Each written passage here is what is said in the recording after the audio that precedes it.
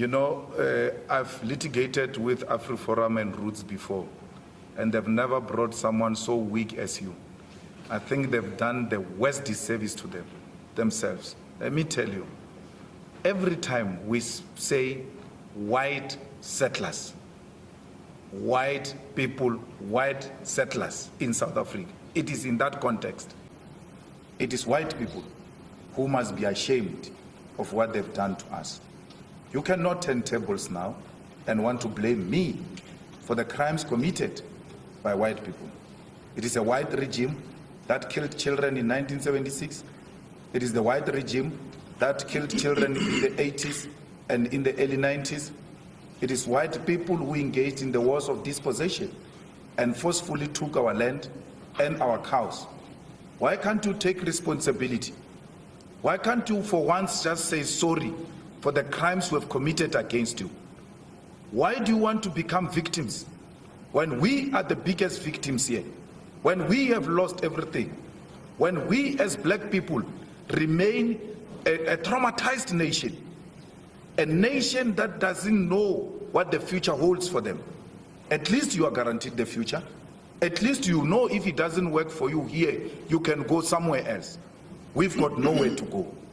And then you come here and want to accuse me, a victim of racism, of being a racist. It's a huge insult, not only to me, but to black people. Madiba coerced us into reconciling with people who have never been one with. That was a myth.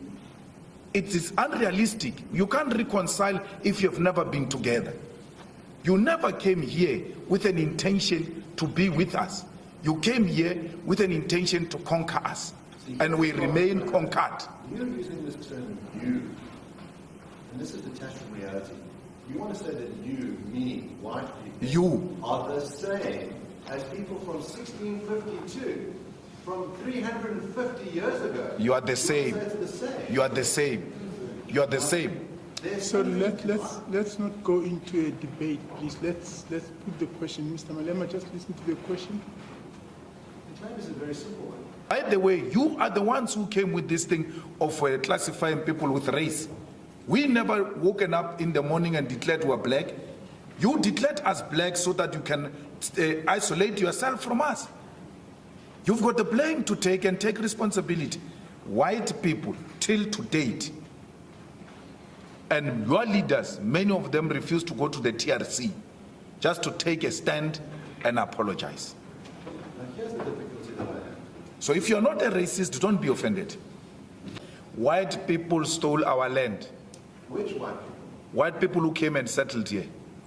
350 years ago? Yes. You think white people now are land thieves? Yes. They remain land thieves. They remain land thieves. Yes. The land has not been returned into the hands of the rightful owners. For as long as you are in a possession of a stolen car, you remain a criminal. Let's use that analogy of the car. You are in possession of stolen property. Return it, please. Your parents have left you a very bad name, and don't blame it on us. But I asked a question earlier. Reparations are paid. I'd like to stop you right there. I never brought your name. I never brought your name. Sorry, Mr. Oppenheimer, we can't get into debate with the witness. I've never brought your name. Perhaps I have a solution to this. The witness testified at least 3 times yesterday. You see, if he's going to be personal with me like that, I'm going to take a big issue. I've never brought Oppenheimer's name. I don't even know his name. I don't know. I've never, my Lord, called him by name. I've always referred to him as you, and I clarified it that I'm referring to a client.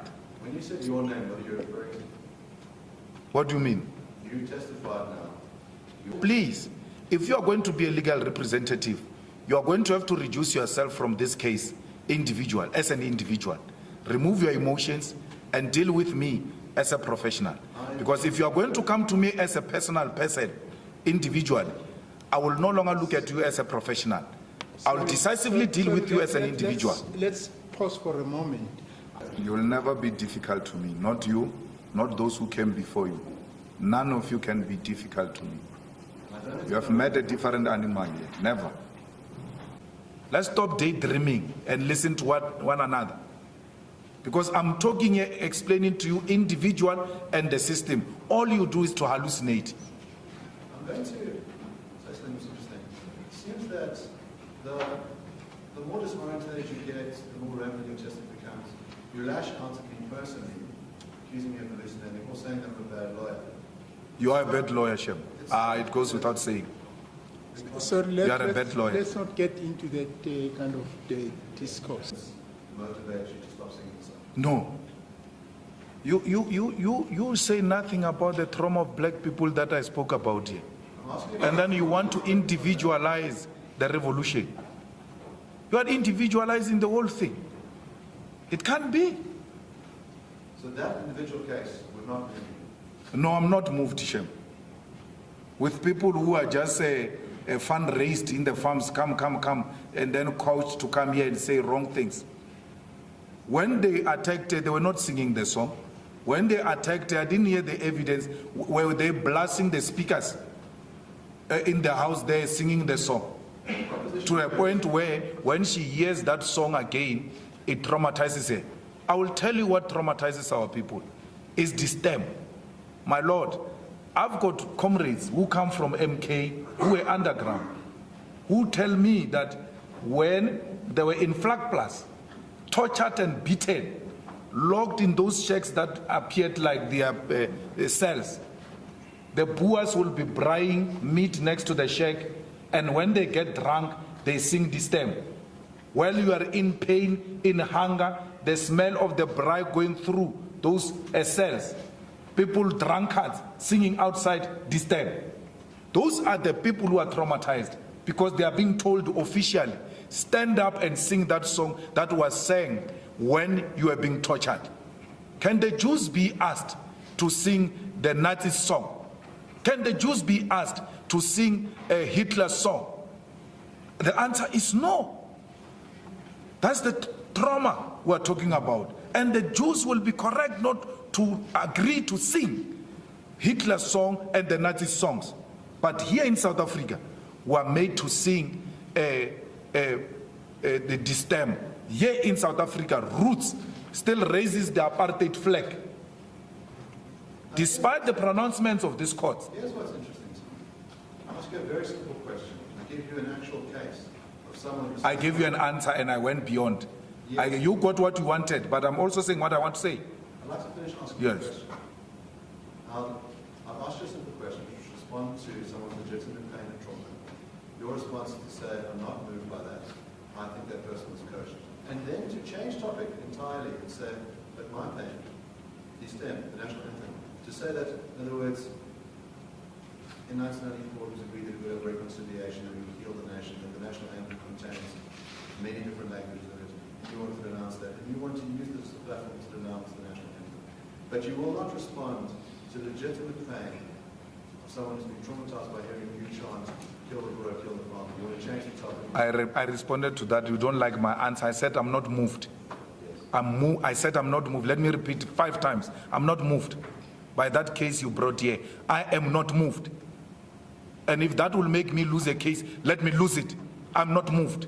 I'm moved by the pain of Africans who are being made to sing apartheid songs.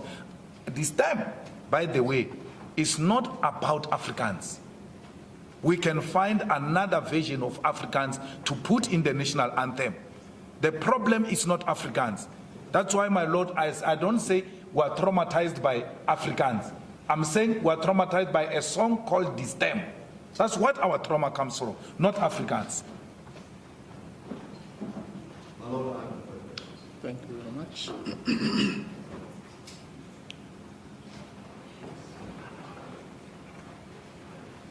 Respect.